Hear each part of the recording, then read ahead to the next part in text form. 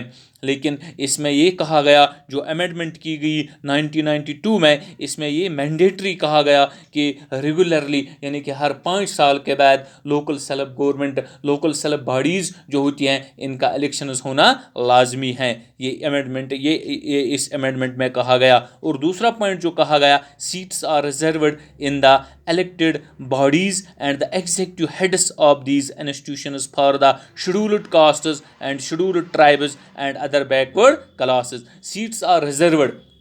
یعنی کہ جس طرح آپ دیکھتے ہیں کہ آج بھی جب ہم پنچایتی راج پڑھیں گے تو آپ کو اس پنچایتی راج ایکٹ میں یہ بھی پڑھنا ہے، جو سیٹس ہیں وہ مختص کی گئی. Seats are reserved in the elected bodies and the executive heads of these institutions for the scheduled castes and scheduled tribes. جو ایس ٹیز ایس سیز جو لوگ ہوتے ہیں ان کے لیے جو سیٹس ہیں وہ مختص رکھی گئی. اینڈ ادر بیکورڈ کلاسز، جس طرح باقی دوسرے بیکورڈ کلاسز جو ہوتے ہیں ان کے لیے جو سیٹس ہیں وہ الگ سے مختص کی گئی. تیسرا پوائنٹ اس امینڈمنٹ میں یہ کہا گیا at least 1/3 of all positions are reserved for womens. جو ہماری عورتیں ہیں ان کے لیے بھی کیا؟ At least 1/3 of the positions, یعنی کہ 1/3 جو شیئر ہیں وہ کن کے لیے رکھا گیا؟ وومنز، تاکہ ہمارے جو عورتیں ہیں وہ بھی اس میں پارٹیسپیشن کرے، وہ وومنز بھی عورتیں بھی آگے آئے، تاکہ ہمارے جو دیہات ہیں، ہمارے جو رورل ایریاز ہیں ان کی ترقی ہو جائے. اس امینڈمنٹ میں یہ کہا گیا. اس طرح سے اب آپ کو سمجھ آیا ہوگا کہ ڈیسینٹرلائزیشن کی وجہ سے جو ہمارے جو پاورز سینٹر سے اسٹیٹوں کو، لوکل سیلف باڈیز کو جو پاورز ڈیسینٹرلائز کیے گئے، اس کی وجہ سے عام جو لوگ ہوتے ہیں ان کو کتنا فائدہ ملا. کیونکہ جو بجٹ آتا ہے، جو پیسہ آتا ہے، وہ عام لوگوں کو ہی پتہ ہوتا ہے وہ کس جگہ پر کن ویلفیئر کاموں پر، کن ویلفیئر ورکس پر خرچ کرنا ہوتا ہے، تاکہ جو پیسہ آتا ہے وہ اچھی طرح سے یوٹیلائز ہو جاتا ہے. یعنی کہ جس طرح آپ دیکھتے ہیں آج کل ہم آگے انشاءاللہ پڑھیں گے پنچایتی راج ایکٹ میں جو پنچایتس کو اختیارات دیے گئے، ان اختیارات کی وجہ سے جو ہمارے رورل ایریاز میں کتنی ڈیولپمنٹ ہوئی اس کی وجہ سے. باقی شکریہ.